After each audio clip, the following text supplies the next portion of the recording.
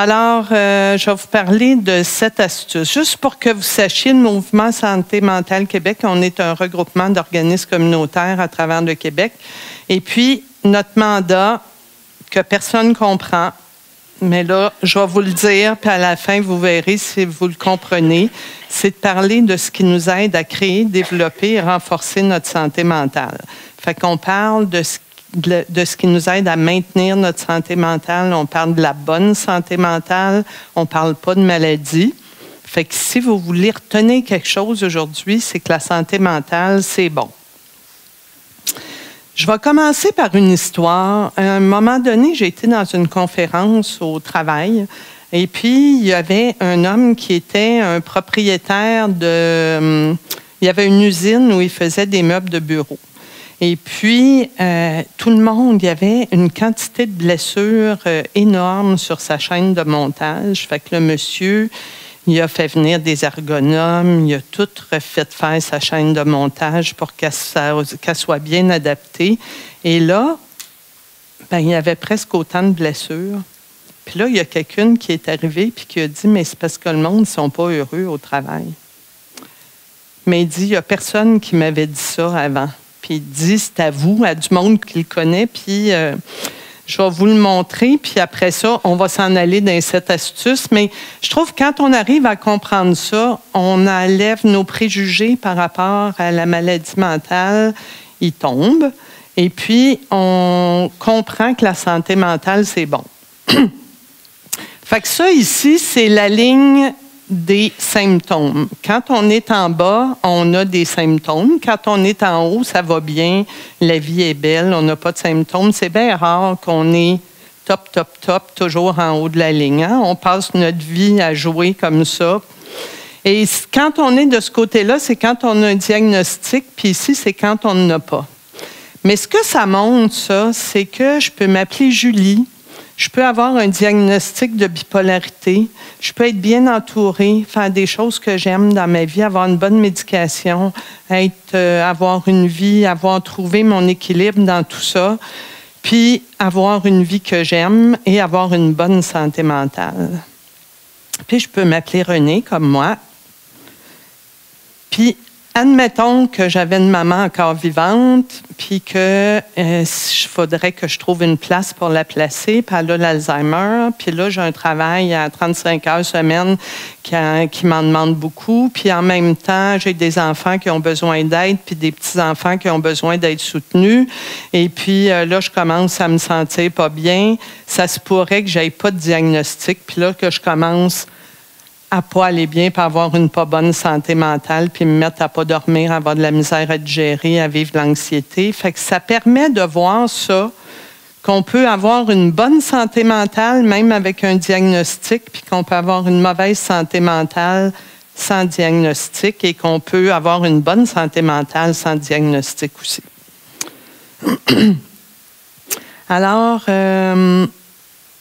celle-là, je l'amène parce que je ne sais pas s'il y en a d'entre vous qui sont des gestionnaires. Moi, je suis une directrice d'organisme communautaire, puis je ne suis pas toujours un bon exemple. Puis tant qu'on n'est pas un bon exemple, c'est difficile de convaincre notre équipe de ralentir, d'avoir tout. J'ai beaucoup de bienveillance, mais j'ai de la misère à ralentir. Puis c'est très dur pour une équipe quand il y a une direction qui n'arrive pas à ralentir, de ralentir eux autres aussi.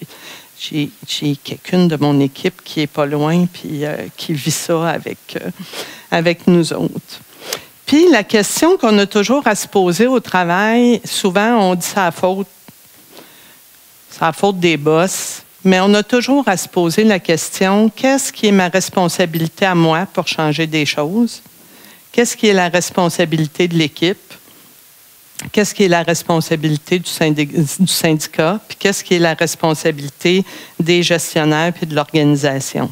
Mais on peut toujours changer des choses à tous les niveaux. Fait que ça nous donne déjà un certain pouvoir de se dire, bien, moi, je peux changer quelque chose. Avec mon équipe, on peut modifier des affaires, puis les gestionnaires, on peut leur demander des choses aussi. Ça, c'est Jean-Pierre Brun qui a fait ce concept-là que j'aime beaucoup. Et là, je vais vous parler des 7 astuces. Les 7 astuces, on ne les a pas inventées. C'est des facteurs de protection en santé mentale.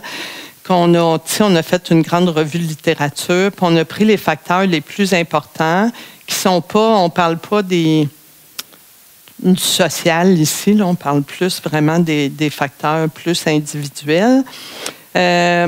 Et puis, on a regardé, on les a mis sous 7 mots simples pour qu'ils soient accessibles le plus possible à toute la population. Puis, on a fait des outils pour les jeunes, les adultes, les aînés, les milieux de travail. Puis, chaque année, on parle d'une astuce en particulier.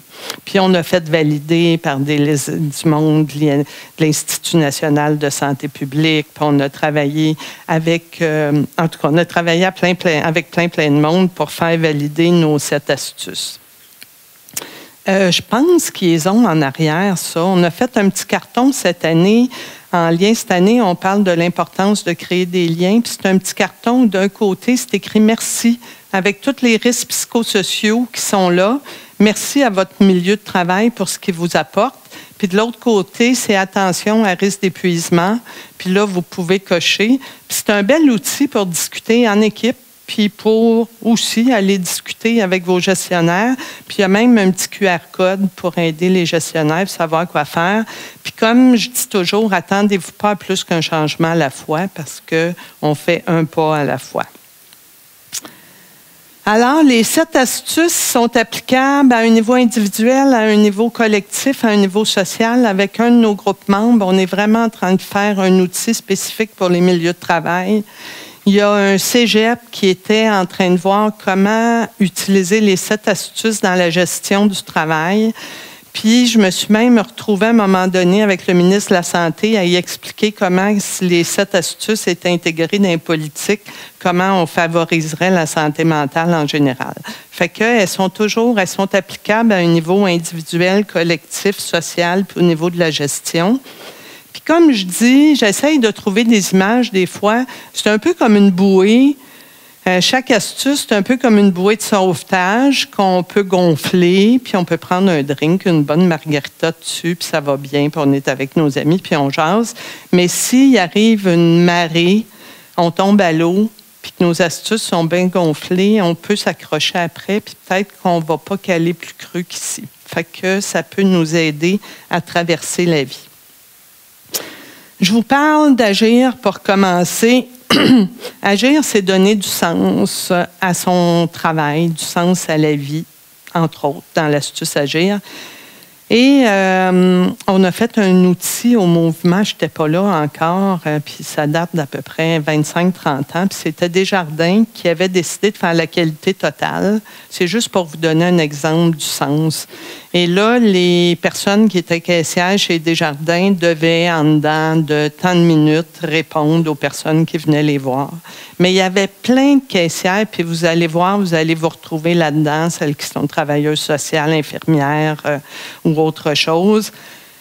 Elles étaient là aussi pour le lien avec les personnes qui étaient là, puis pour répondre à la personne, à l'aîné qui venait à chaque mois déposer son chèque, puis échanger, puis...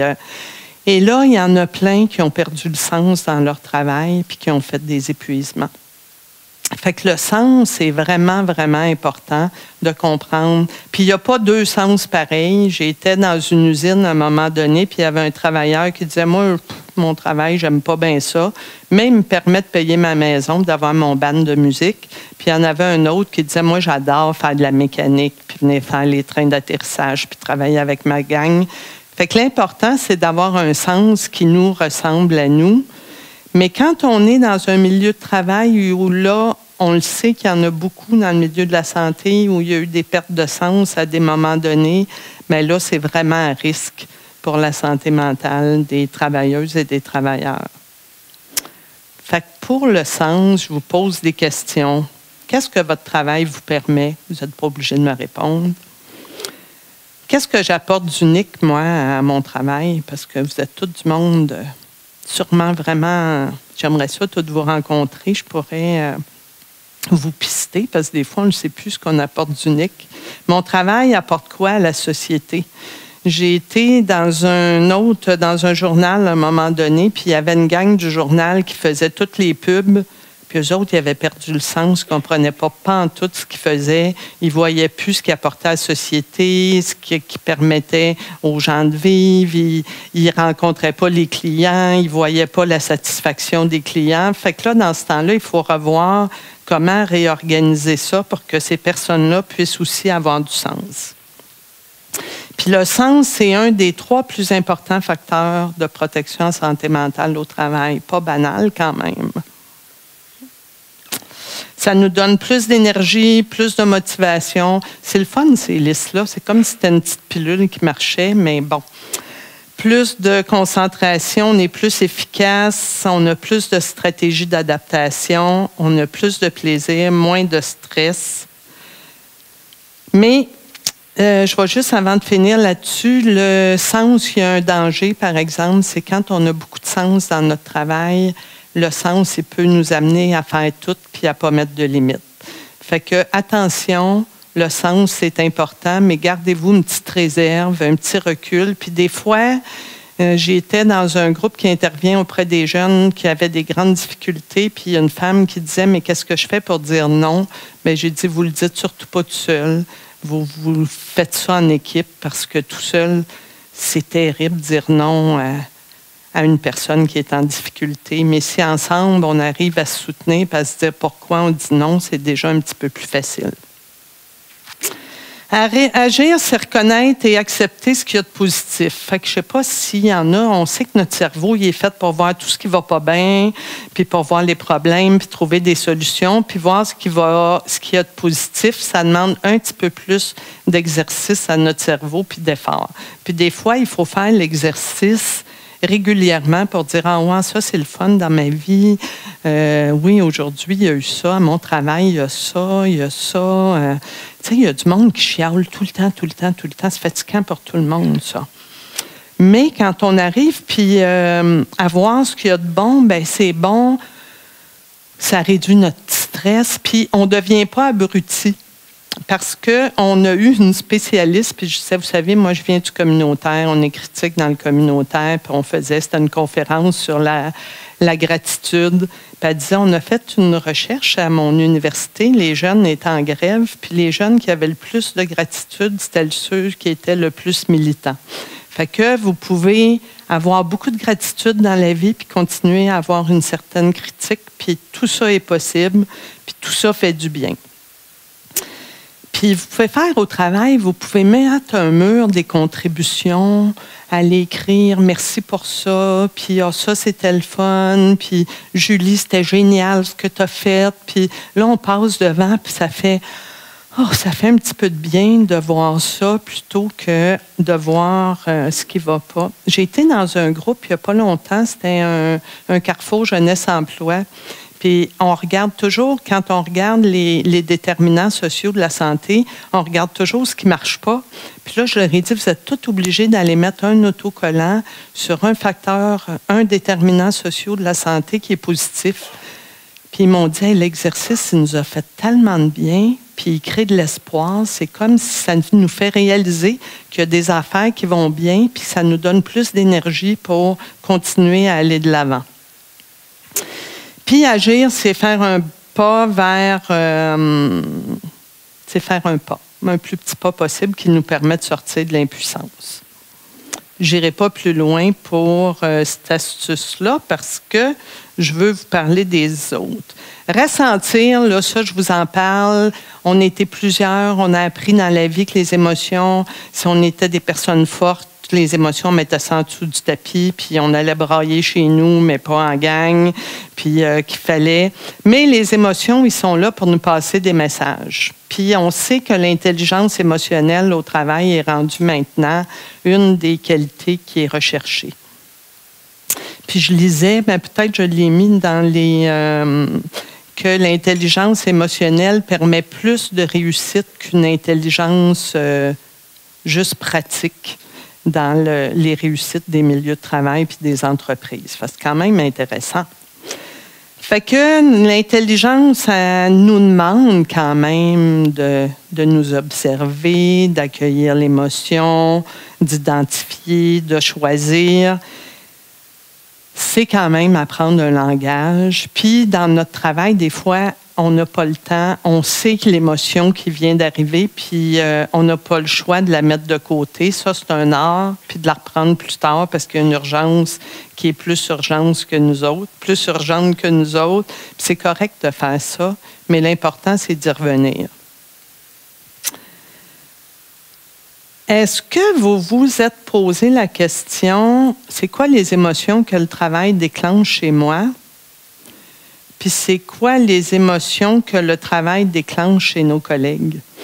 Des fois, on ne prend pas le temps de savoir ça. Puis quand on comprend les émotions qui sont déclenchées chez moi par le travail ou chez les collègues, bien, ça peut être un baromètre de se dire « Ah, hey, tout le monde rentre le matin, puis après 15 minutes, tout le monde est de mauvaise humeur. » Bien, il y a peut-être un petit quelque chose à changer pour voir qu'est-ce qui...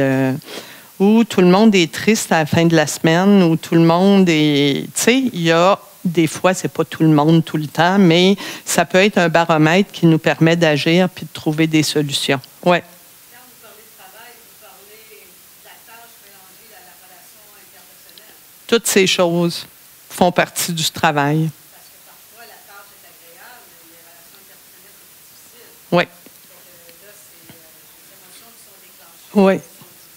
Oui. Oui. Puis, on n'a pas juste une émotion. Ça a l'air simple de même, là, mais on n'a pas juste une émotion en même temps. Des fois, on en a 2, 3. Puis, c'est toujours de voir. Puis, il n'y a pas toujours des solutions avec nos collègues, mais ça vaut la peine de voir est-ce qu'il y a quelque chose qui peut être fait pour transformer les choses. Est-ce que c'est une perception que j'ai ou c'est la réalité? Parce que des fois, la personne rentre. Hey, j'ai fait une conférence l'autre jour. Puis je demandais qu'est-ce que vous avez retenu. Il y a une femme, elle me dit, moi j'ai retenu, je vais dire bonjour quand j'arrive le matin. J'ai fait, hein? Elle dit pas bonjour quand elle arrive le matin. Ben, elle dit, ben non, je rentre, je m'en vais travailler. Elle m'a dit, là, je vais dire bonjour. Mais les autres, ils pouvaient tous comprendre qu'elle est bête, qu'elle n'est pas fine, qu'elle n'est pas sympathique. Mais elle voulait juste être efficace pour s'en aller travailler. Tu sais, comme quand on reçoit un courriel, puis... tu veux répondre à ton collègue là, qui vient de t'écrire, là, puis tu fais oui, puis voilà, c'est tout. Puis là, le collègue dit, mais bête, ça n'a pas de bon sens. Mais toi, tu fais ça pour respecter ton collègue, pour lui dire, hey, oui, c'est correct, vas-y, go, mais j'ai pas le temps de t'écrire plus que ça. Fait que c'est important de voir c'est quoi, est-ce que notre perception est réelle ou est-ce que j'interprète à partir de ce que je crois. Puis les chères émotions, là, pour comprendre à quels besoins sont reliés, ça demande du temps. Puis je ne sais pas, vous autres, sur la Côte-Nord, ça va moins vite qu'à Montréal, mais ça va vite en tabarnouche. Puis quand on ne prend pas le temps de s'arrêter, bien, c'est difficile de comprendre ce qui nous dérange, c'est quoi l'émotion, puis de transformer les choses. Fait que du temps, je vais en parler... ça, je l'aime bien. J'espère qu'elle va partir. Ah non, c'est ça, j'ai un problème avec mes vidéos. L'autre chose, ressentir, c'est, comme je vous dis, comment être capable de ressentir puis d'écouter c'est quoi notre besoin pour pouvoir y répondre quand ça va vite, vite, vite, vite, vite. On va souvent tasser ça puis essayer de le mettre de côté. Puis écouter les autres... on parlait dernièrement à quel point, des fois, on veut tellement trouver des solutions qu'on n'a même pas écouté la fin de la phrase ou de la personne, puis on a déjà notre solution dans notre tête qu'on a tout organisé. Mais d'où l'importance d'écouter jusqu'à la fin, parce que peut-être que la solution qu'on allait proposer n'est peut-être pas la bonne si on écoute jusqu'à la fin. Et combien de fois on écoute en fonction, bien c'était ça la vidéo, en fonction de notre propre histoire. On va dire, oui, j'ai vécu ça moi aussi, mais on ne vient pas de la même famille, on ne vient pas du même contexte de vie, on n'a pas fait les mêmes études, on n'a pas... Puis, on a beau vivre la même situation, elle ne va pas déclencher, on peut avoir un petit sentiment, on peut avoir de l'empathie, mais on ne va pas vivre nécessairement la même émotion pour la même chose qui s'est vécue.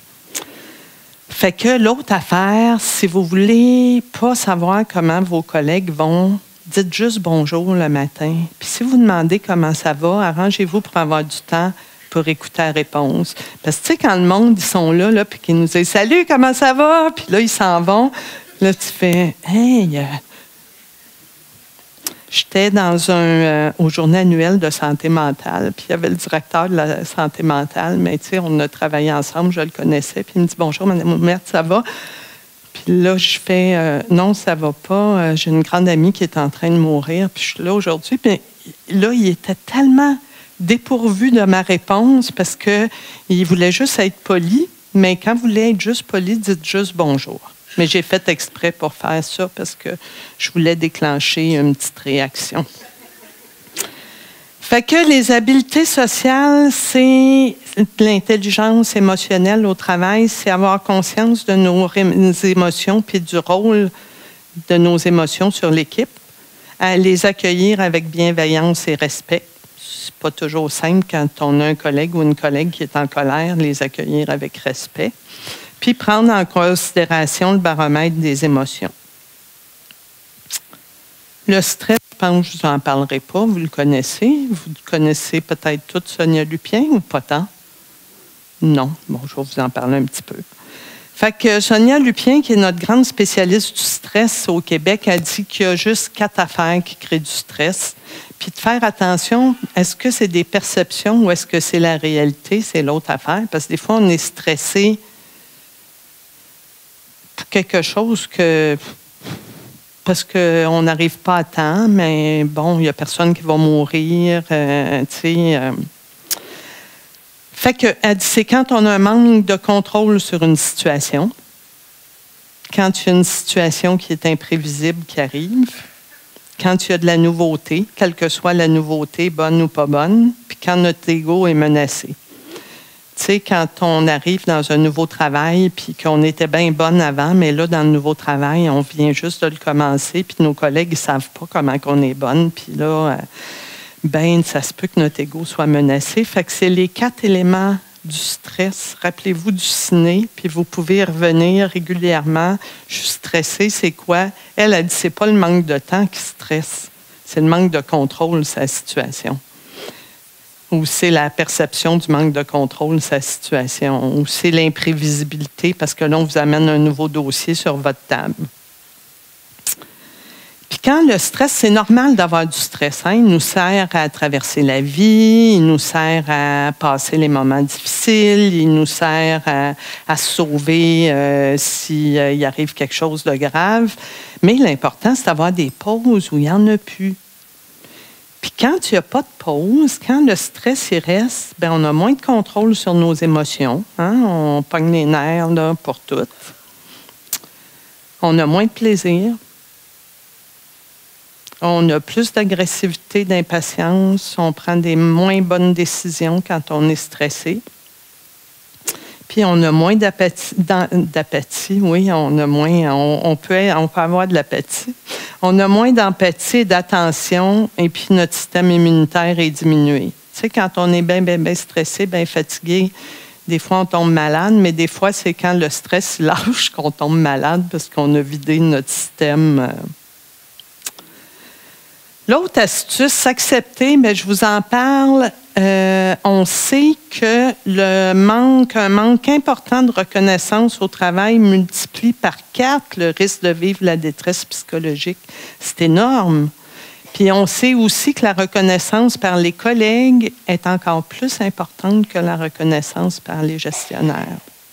Fait que je vous invite à vous reconnaître entre collègues puis à dire « Hey, c'est le fun ce que tu as fait, c'était bon. » Et l'année prochaine, à partir du 13 mars, on va faire une campagne sur le thème « S'accepter ». Puis, dernièrement, j'ai été dans plusieurs milieux de travail où on a fait faire des petits exercices. Fait, je vous en propose 2. Vous pourrez les faire dans vos équipes. À tous les fois, le monde font « ça fait tellement de bien ». Fait que le monde se met en équipe de 2. Puis là, il y a une personne qui raconte quelque chose qu'elle a réussi dans la vie, dont elle est fière. Puis l'autre personne fait juste écrire les forces puis les qualités qu'elle voit là-dedans. Puis elle n'a pas le droit de dire « moi aussi, moi aussi ». Puis après ça, elle nomme à la personne les qualités qu'elle a vues. Puis l'autre personne n'a pas le droit de faire « mais non, voyons donc ». Mais non, tu c'était simple. Non, il faut prendre le temps d'écouter, puis après ça, on inverse les rôles. Puis l'autre chose, c'est l'éventail. Vous écrivez Sophie, puis là, vous passez à toute l'équipe l'éventail où tout le monde écrit les forces qui vont à Sophie, puis après ça, vous le donnez à Sophie. Fait que c'est des affaires qui font du bien. Puis qu'on ne prend pas le temps de faire, parce que tout le monde dit on les connaît, les forces de nos collègues, mais on ne fait juste pas leur dire. Et celle-là, je ne sais pas si vous autres, vous arrivez à être votre meilleur ami, là, à vous dire à vous-même ce que vous diriez à votre meilleur ami, mais souvent, on n'y arrive pas tant que ça. Voyons donc, ça n'a pas de bon sens ce que j'ai fait, mais voyons, tu es encore, puis à ton ami, tu dirais, ben non, écoute, tu as le droit à l'erreur, puis c'est pas grave, puis prends du temps, puis... Alors, soyez votre meilleur ami, ce qui est assez difficile. Celle-là, le faites-vous vous ressourcer? Je ne sais pas s'il y en a qui sont mamans ici, qui sont des amoureuses en plus d'être des mamans, qui sont des travailleuses en plus d'être des mamans, puis qui sont des grands-mamans, qui sont des amis, qui font tout ça, puis qui... Puis là, on nous parle de conciliation travail-famille comme un facteur de protection en santé mentale. Mais quand vous en allez chez vous, il faut que vous fassiez la même job, même si vous avez 2 enfants malades, que vous auriez à faire si vous étiez au travail. Fait que quand vos enfants vont se coucher à 8 heures le soir jusqu'à 1 heure du matin, vous allez travailler. La conciliation travail-famille, c'est vraiment intéressant, mais ce n'est pas à point encore. On a encore un petit peu de travail à faire là-dessus. Je ne sais pas si ça vous parle, mais ça fait quand même du bien des fois de travailler à la maison puis de faire son lavage en même temps qu'on travaille. Se ressourcer, c'est faire de la place à ce qui nous fait du bien, mais vous n'êtes pas obligé de faire des grandes choses. Des fois, c'est juste de prendre le temps de prendre votre café le matin puis de sentir que vous avez votre tasse puis de la boire, puis juste le temps de prendre que vous êtes en train de jaser avec une collègue puis c'est le fun, puis qu'elle est en train de vous raconter quelque chose de trippant. Juste ça, mais souvent, on est en train de penser à 15 000 affaires en même temps que la collègue, elle nous parle ou qu'on est en train de prendre notre café. On a fait tout le plan de la journée, le dîner, le souper. On a même préparé les repas pour toute la semaine, puis on a fait notre liste d'épicerie. C'est pas reposant. Puis Sonia Lupien, la spécialiste du stress, elle dit si on faisait une chose à la fois, on serait plus concentré, notre cerveau serait moins fatigué, puis on arriverait moins épuisé à la fin de nos journées.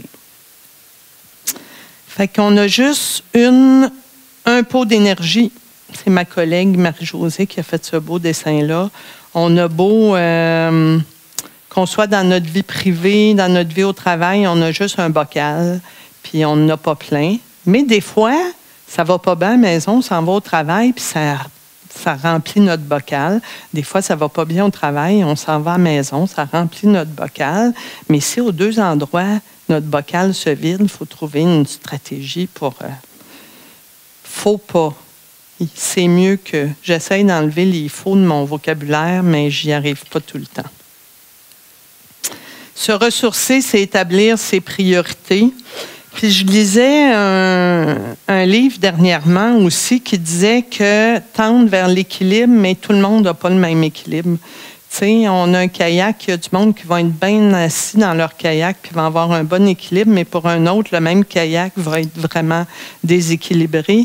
Fait qu'il y en a qui vont avoir plein dans leur tarte d'espace pour du sport, puis pour leur travail, puis un petit peu pour les amis, puis eux autres sont bien de même, bien, c'est bien correct. Mais c'est quand on sent que notre tarte est déséquilibrée, puis que la roue, elle roule mal, puis que là, je me sens pas bien parce que je donne pas assez de temps à mes amis, puis là, ils sont importants ou importants pour moi, puis là, comment je fais ça, puis on se met à se sentir pas bien en dedans, bien, ça va être important de revoir qu'est-ce que je fais avec ma roue. Puis se donner le droit à la déconnexion du travail, déconnexion pour souper ensemble avec, je sais pas avec qui vous soupez, mais quand vous soupez, donnez-vous le droit à débrancher votre téléphone, avoir des moments où aller marcher puis le téléphone est à off. Ça fait beaucoup de bien. Puis, éventuellement, en France, ça existe déjà, mais ça se pourrait qu'il y ait une loi qui je sais que Québec solidaire a beaucoup pour qu'éventuellement, il y ait une loi sur la déconnexion, c'est-à-dire qu'après les heures de travail, il n'y a plus de courriels qui sont envoyés avant le 8 h ou le 9 h le lendemain matin. Parce que quand notre boss nous envoie... Des fois, moi, je travaille un petit peu, puis j'essaye d'envoyer, tu sais, je programme pour qu'il parte juste à 8h30, mais des fois, j'oublie, puis là, il part, puis c'est pas le temps. Mais quand on voit quelqu'un qui fait ça, on veut faire pareil, puis là, ton collègue, il répond au courriel, puis là, tu dis, bien, ah oui, moi aussi, il faudrait que je réponde au courriel, puis là, ça crée une roue qui n'est pas très saine, puis qui ne permet pas de décrocher. Les ruptures de rythme au travail, ils sont importantes. Les pauses au travail, pas juste les pauses du travail. Ça nous donne plus d'énergie, ça nous permet de décompresser. Fait qu'il y en a qui prennent des pauses de 15 minutes, il y en a qui vont prendre des petites pauses. Mais passez pas toujours vos heures de midi à faire toutes les tâches que vous n'avez pas le temps de faire à la maison. Prenez du temps pour aller jaser avec vos collègues, pour aller manger dehors, pour jaser, pour parfois en faire un moment de rencontre avec vos collègues aussi. Le manque de pause, là, ça crée tout ça. Risque d'épuisement, tension, dépression. Alors, il y a les pauses au travail. Vous pouvez descendre les marches, les monter. Moi, mes collègues, ça les énerve quand je fais ça, puis que j'y pousse un petit peu parce que, René, bon, descendre les marches. Les pauses psychiques. Aller rire avec des amis, écouter une petite vidéo, vous en faites ce que vous voulez. Puis les pauses sociales, comme je vous dis, prendre du temps pour manger avec vos collègues une fois par semaine ou faire des 5 à 7 de temps en temps. Et puis les pauses du travail. Je ne sais pas si vous arrivez facilement à vous rendre chez vous puis à prendre une pause puis à plus penser pantoute à votre journée. Si vous avez besoin de travailler un petit peu, faites-le. Mais je vous invite à développer toutes sortes de trucs pour essayer de... Moi, quand je vais au bureau, je reviens à vélo, là, puis après un parc, là, on dirait que mon cerveau, il se met souvent en mode maison, puis haute vie. Puis c'est là que mon travail est fini. Mais des fois, je pense au travail aussi, mais... La relaxation, quel que soit le type de relaxation, il y en a qui vont en pêche, il y en a qui lisent un livre, il y en a qui prennent des bains, il y en a qui jasent avec leurs amis avec une bonne bière, puis toutes les expériences qui nourrissent. Fait que quand notre cerveau, on ne lui donne pas de pause, là, il devient vraiment prisonnier. Ça peut être prendre du temps pour respirer, il y en a qui font de la méditation. Juste 3 respirations, ça change tout. Il y en a qui vont chanter. Fait que si on ne prend pas de pause pour notre cerveau, on est plus rigide, on est plus impatient, on est plus dans le jugement. On veut être avec notre gang. Il y a une nouvelle personne qui arrive dans l'équipe et mon Dieu, ça nous énerve parce qu'en plus, il faut l'intégrer puis on n'a pas le temps. Puis là, je suis stressée et on vit plus de stress. Puis quand on prend des pauses, bien, notre cerveau il est plus créatif, plus capable de s'adapter, plus inclusif. C'est ça. Fait que ça vaut la peine de... Il me reste 2 minutes, fait que je ne vous parle pas de découvrir. Découvrir, c'est toutes les stratégies. Je vous en parle 2 secondes. C'est toutes les stratégies d'adaptation. Fait que pour s'adapter, la meilleure chose, c'est de s'appuyer sur nos forces. Puis comme je dis, si je vous demande tout de suite, là, c'est quoi vos 3 plus grandes forces, peut-être que vous n'allez pas y trouver tout de suite. Mais essayez de vous les rappeler, vos forces, régulièrement, puis vous ne pouvez pas être rendu à l'âge que vous avez puis faire ce que vous faites sans avoir des tonnes de force. Puis quand on est capable de s'appuyer sur nos forces, on se sent plus en sécurité. Puis quand on est face à une situation où on doit s'adapter, c'est déjà plus facile d'être curieux, de voir toutes les manières de faire pour trouver des stratégies pour s'adapter, puis après ça, faire face au changement. Puis la curiosité, c'est pas un vilain défaut, là.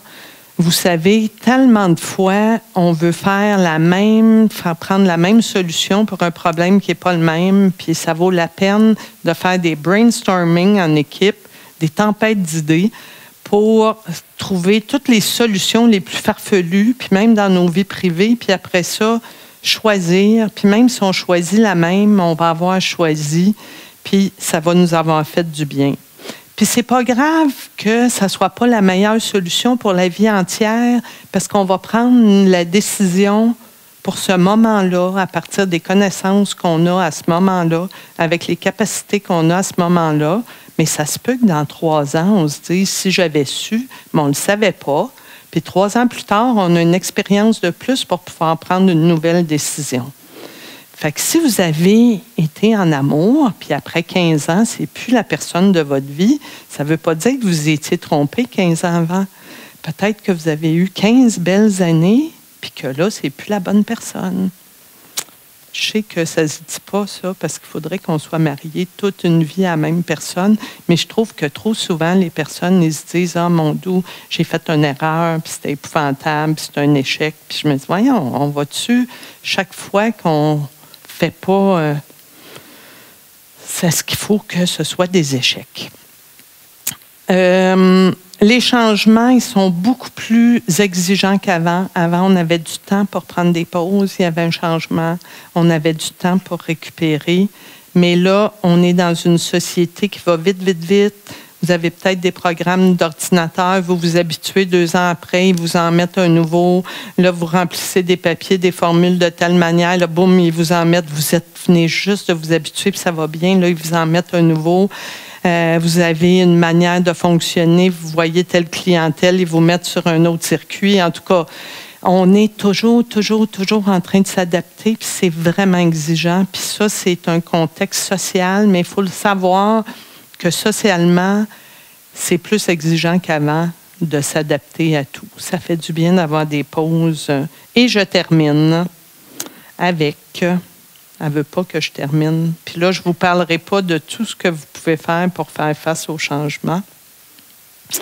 Je ne vous parlerai pas de choisir, mais je vais finir avec créer des liens. Parce que créer des liens, c'est un facteur de protection important. Ah non, je passe par celle-là avant que vous partiez. J'ai fait du travail avec un socio-clinicien français qui s'appelle Vincent de Gaulle-Jacques, que j'aime beaucoup. Puis on faisait du travail, puis à un moment donné, il dit... tu sais, c'était une étude de cas, là, puis on était dans un système de santé. Puis là, il se passait telle affaire, puis à l'urgence, bon. Puis là, il finit par nous dire, quand vous dites oui tout le temps, vous faites partie de l'engrenage qui fait que ça fonctionne comme ça. Puis ça, j'ai trouvé ça choquant parce que je me disais, c'est pas toujours facile de dire non, puis des fois, on peut risquer de choquer nos collègues, puis d'avoir une perte. Mais c'est important de savoir que tant qu'on dit oui, il n'y a rien qui va changer. Fait que je voulais vous le dire quand même. Et je termine avec l'importance des liens. Puis les liens, ça prend du temps. Tu sais, quand on demande comment ça va, ça demande de s'arrêter. Ça demande de savoir comment ils vont nos collègues. Mais c'est un filet de sécurité. J'ai une amie qui a vécu de l'agression à son travail, puis quand elle est revenue, si elle n'avait pas eu son filet de sécurité, pas sûr qu'elle aurait été capable de retourner dans le même milieu de travail. Fait que quand on a un bon filet de sécurité, c'est important. Et je termine là-dessus. Oh non! Ça... Il va-tu marcher, mais... Oui, je termine par ça. Attendez, je vais cliquer là-dessus. Oui, parce que c'est trop mignon. Ah, il n'y a pas de son. Ah!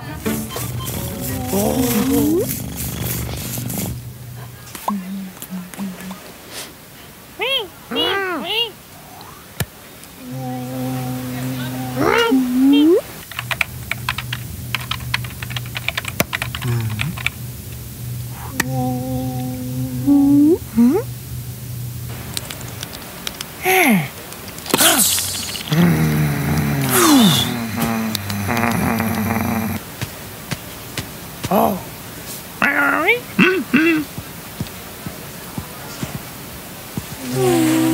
Si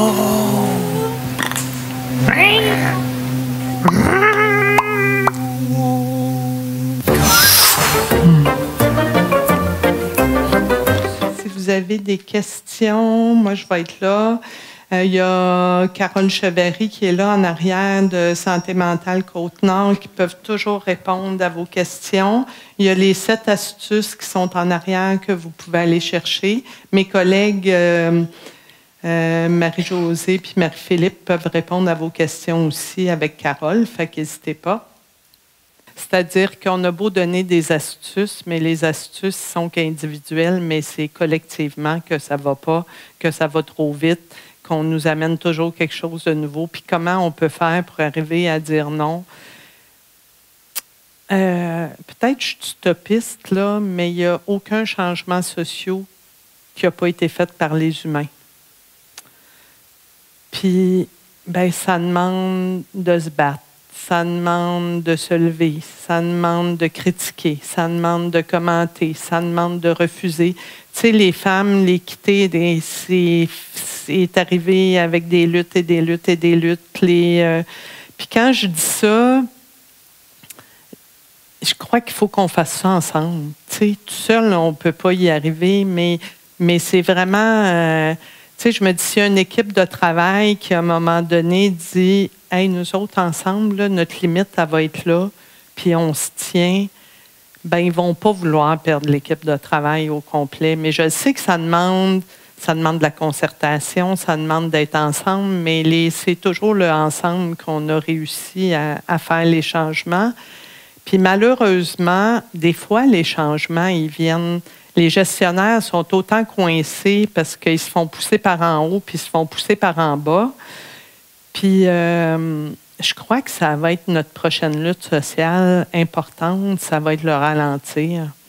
Puis, il va falloir qu'on s'y mette tout le monde ensemble. Ben, peut-être plate ma réponse, mais je m'engage après les conférences que je vais faire à revenir au ministre de la Santé.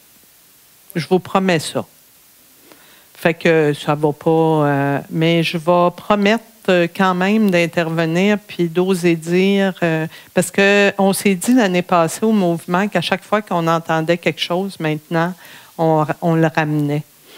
Puis de dire que tout le monde est en train de rentrer dans le mur. Puis, tu sais, le monde au ministère, c'est pareil. Là, le monde, ils sont surchargés, ils n'en peuvent plus, ils sont épuisés. Mais je vous promets ça. Je ne pourrais pas faire d'autre chose que ça, mais je vais harceler jusqu'à temps que j'aie une réponse. Mais je sais que les changements, il faut qu'ils se fassent. À chaque fois qu'il y a des changements au niveau du travail, il faut que les gestionnaires embarquent dans le changement.